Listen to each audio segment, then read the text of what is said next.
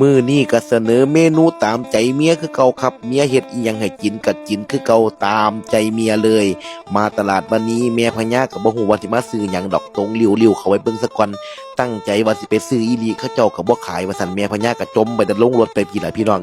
มื้อนี้บ่ได้บักฮุงมาบัดนี้ฝานรวยอยู่นี่มันก็บ่ฮู้ได้ว่ามันเป็นสิ่งที่ข่อยมักบักอย่างคักก็คือตำบักฮุงนี่ล่ะกินฮอดเช้าฮอดแลงฮอดเที่ยงได้เบิดพี่น้องว่าแต่ตำบักฮุงข่อยบอกเลย มื้อนี้ได้ข้าวปุ้นมาพร้อมได้ผักมานำแล้วก็มีหมู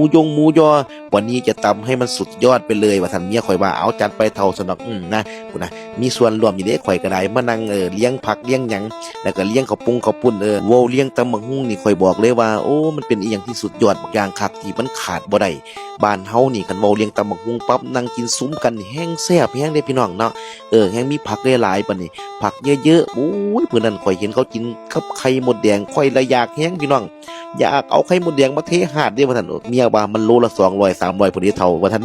เจ้าจะมาเทหาดกินจังได๋ว่าท่านหลังจากที่ไปเซิ้นไปบ้านนั่นบ้านนี่บัดนี้ไปโพฮอดอำเภอเพ็ญพุ่นพี่น้องก็เลยบ่ได้มื้อใดเว้นภาคเสียงใส่จักเที่ยหลายๆคนก็ถามอยู่เจ้าไปไสคือบ่ภาคเสียงให้ข่อยฟัง FC นี่คันว่าถ้าหายไปนี่โอ้ยทักมาหลายทักมาในขอความนั่นล่ะไอ้อ้วนต้วนเจ้าไปไสเจ้าสิไปเล่ามื้อใดคือจังไดไปจังไดมาจังไดเจ้าคือเงียบเจ้าคือหายเจ้าคือบ่ภาคเสียงใส่ให้ข่อยฟังแน่โอ้ยข่อยบ่ได้ยินเสียงเจ้าข่อยละนอนบ่หลับพุ่นนี้ปาดโตเสียงข่อยมันมีอิทธิพลกับพวกเจ้าขนาดนั้นเลยบ่ลงคลิปไปก็บ่มีคนเบิ่งให้ข่อยดอกสนอกนะเพราะนั้นล่ะถามหาบางอย่างดีลงคลิปไปละมีซีดีอยู่พี่น้องข่อยละเงินหลายต่อไปบอกเลยนะว่าผู้ใดบ่เบิ่งบ่นี่ก็สร้างข่อยก็สิพากลงเรื่อยๆข่อยก็เอาคลิปลงเรื่อยๆล่ะไปเบิ่งก็เบิ่งบ่เบิ่งก็บ่เป็นหยังบางเที่ยนี่ลงคลิปไปนี่ก็ไม่คาดหวังกับมันหลายมันก็ปวดหัวพี่น้องท้อพุ่นล่ะหาลังเที่ยปาดทูยอดวิวหลายยอดกดถึกใจบ่มีเลยข่อยละเงินหลายพวกเจ้าเบิ่งเพิ่นเฮ็ดจังไดอันดับแรกขอยสิบอกเลยพี่น้องเจ้ากดถึกใจให้ข่อยซะก่อนเจ้าจังเบิ่งต่อโอ้ยบ่แม่นว่าเบิ่งจบแล้วหายไปหายมันปิดซีดีข่อยละเงินหลายยอดวิวดีหาลังเที่ยก็ได้พุ่นล่ะเป็นแสนเป็นล้านแต่ว่ายอดกดถึกใจหยังหลักพันนึงข่อยละเงินหลายพวกเจ้าเฮ็ดอีหยังอยู่ซั่นเด้บางเที่ยเนาะข่อยเฮ็ดลงไปแล้วนี่ก็อยากให้พวกเจ้านี่นั่นล่ะกดสนับสนุนเนี่ยก็กดถูกใจนั่นล่ะบ่มีหยังหลายดอก FC สำหรับคิดในใจดอกว่าแต่บ่กล้าบอกออกไปแต่ว่ามื้อนี้ก็ขอเว้าจักหน่อยแหน่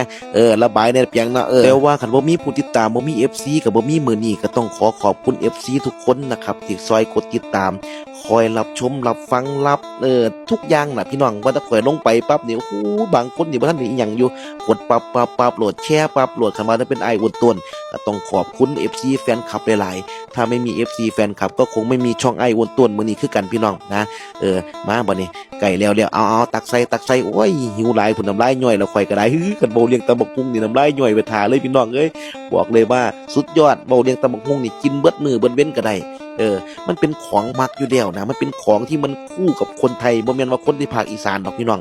นะภาคใดเขาก็กินเบิดไปหม่องใดก็มีแต่ตำบักหุ่งพ่อแต่ตำบักหุ่งโอ้สุดยอดอีหลีตำบักหุ่งนี่ก็ดีคือกันเด้พี่น้องบางเที่ยตำบักหุ่งนี่แหละมันทำให้คนมาซุมกัน